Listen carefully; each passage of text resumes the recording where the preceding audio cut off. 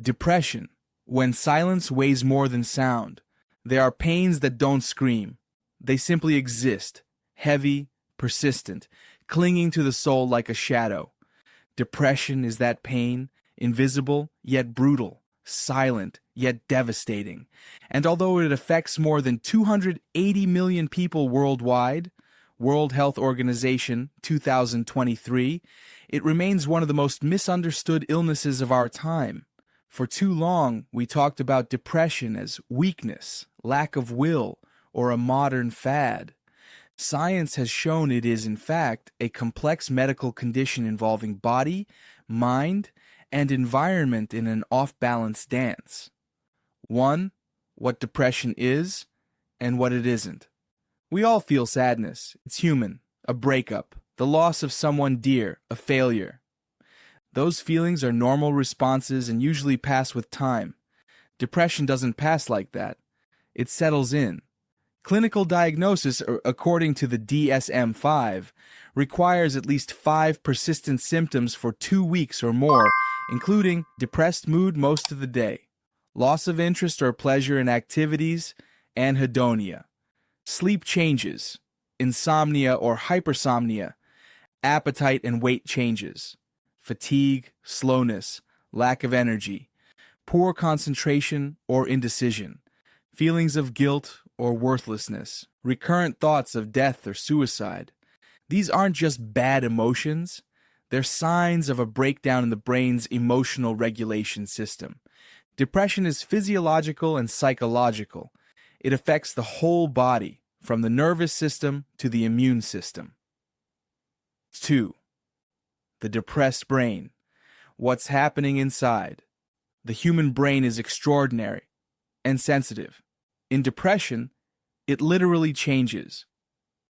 Neuroimaging Studies, IG, Nature Reviews, Neuroscience, 2024, and JAMA Psychiatry, 2022, show reduced volume in areas like the hippocampus, memory/learning, and prefrontal cortex, decision-making/emotional control.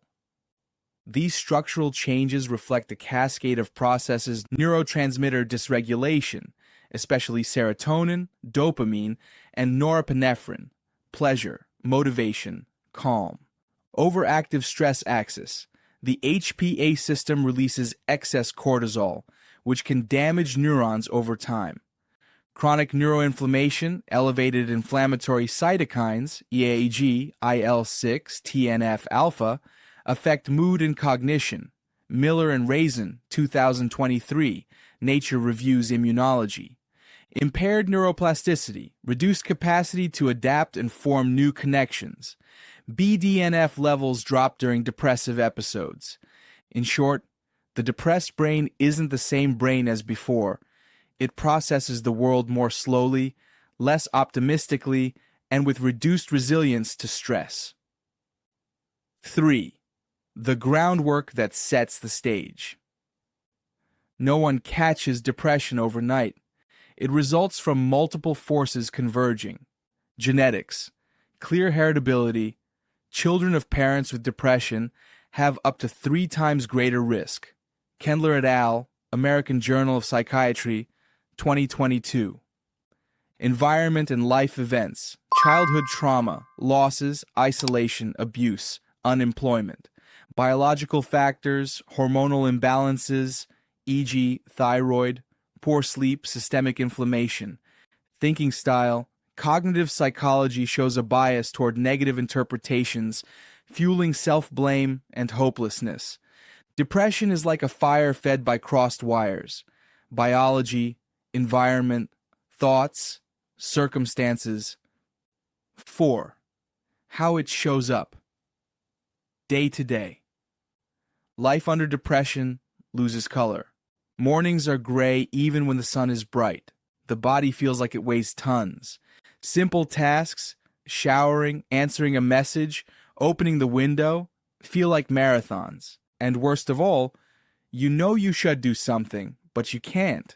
That breeds guilt, and guilt feeds the disorder. Anhedonia is particularly cruel. What once brought joy, music, food, people, wins, now feels empty. The brain doesn't release dopamine like before. Happiness feels out of reach, even when you know you should be fine. 5. The body feels it too. Depression doesn't live only in the mind. It leaves marks on the body. Persistent fatigue, even after sleep. Muscle aches and headaches without clear cause. GI problems, constipation or diarrhea via the gut-brain axis. Weakened immunity, raising infection risk. Body and mind are one system. The body speaks what the mind can no longer express. 6. The weight of stigma. Shame still exists. People fear saying, "I have depression," because they think it means weakness. But no one is ashamed to say they have diabetes, hypertension, or a fracture. Depression is medical, measurable, treatable, and potentially fatal if neglected. Who estimates 700,000 plus suicides per year? About 60% are linked to untreated depressive episodes. Talking about suicide does not encourage it. On the contrary, open conversations reduce risk. NIMH 2023. Silence kills, dialogue saves. 7. Treatment. Science, patience, and hope. There's no magic formula, but there is a path. Treatment must be integrated: medical, psychological, and social. Psychotherapy. Cognitive behavioral therapy, CBT, one of the most studied and effective, identifies distorted thinking and builds realistic interpretations. Other evidence-based options: interpersonal therapy and acceptance, and commitment therapy. Medication. Antidepressants aren't happy pills. They help restabilize brain chemistry. Common classes SSRIs and SNRIs. They take weeks and must be managed by a psychiatrist. Treatment, not magic. New frontiers. Transcranial magnetic stimulation, TMS, and ketamine in controlled protocols show promise for treatment-resistant cases, rapidly restoring synaptic plasticity. Body's role. Exercise, regular sleep, and balanced nutrition don't cure on their own, but they modulate neurotransmitters and reduce inflammation. Walk, dance, swim. Any movement that breaks inertia helps the brain remember what it's like to feel alive. Support network, family, friends, support groups. Loneliness fuels depression. Treatment includes rebuilding human connection. 8. The importance of asking for help. According to the NIMH, US, most people with depression wait about 10 years to seek treatment. 10 years living half alive? Asking for help is courage and self-respect. If you or someone you love shows signs of depression, the first step is simple and profound. Don't ignore it. Second, don't judge. Third, seek professional help. 9.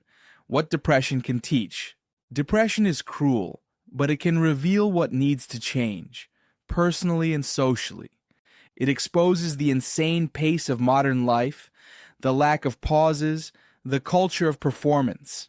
It reminds us humans aren't productivity machines.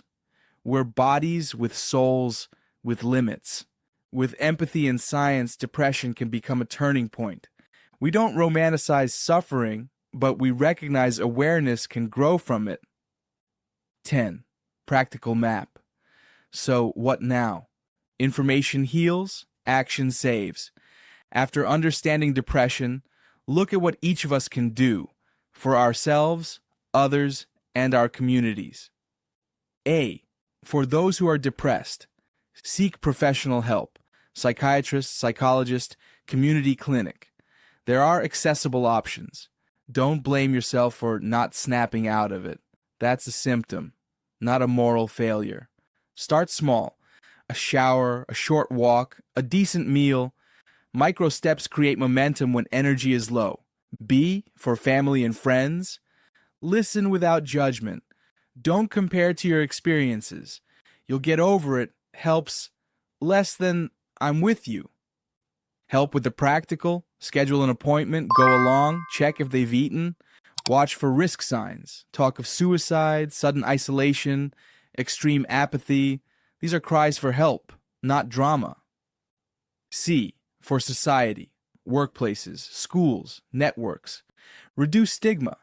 Depression is not laziness or weakness. Make room to talk. Honest, empathetic conversations normalize mental care.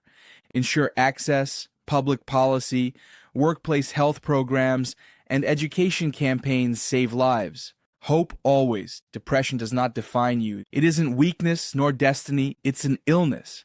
And like any illness, it can be treated, managed, overcome. With help and time, the brain reconnects. The mind slowly learns to trust itself again. Life relearns the taste of simple things, the smell of coffee, someone's laughter, the sun on your skin. Recovery isn't a straight line. It's a winding road of pauses and restarts. But every step, however small, is a biological and emotional victory. When the heavy silence starts turning into calm, that's your brain relearning how to live. Talking about depression is the beginning of collective healing, turning shame into dialogue, pain into empathy, and science into hope. Because no one should face the dark alone. In the end, hope isn't the absence of sadness. It's the courage to keep going. Be well. Thank you for watching until the end. If you'd like to follow more health episodes for both seniors and young people, built on empathy and science-backed information, make sure to subscribe to our channel, like this video, leave a comment, and share our content. It's a pleasure to be here with you and to share this valuable exchange. See you in the next episode.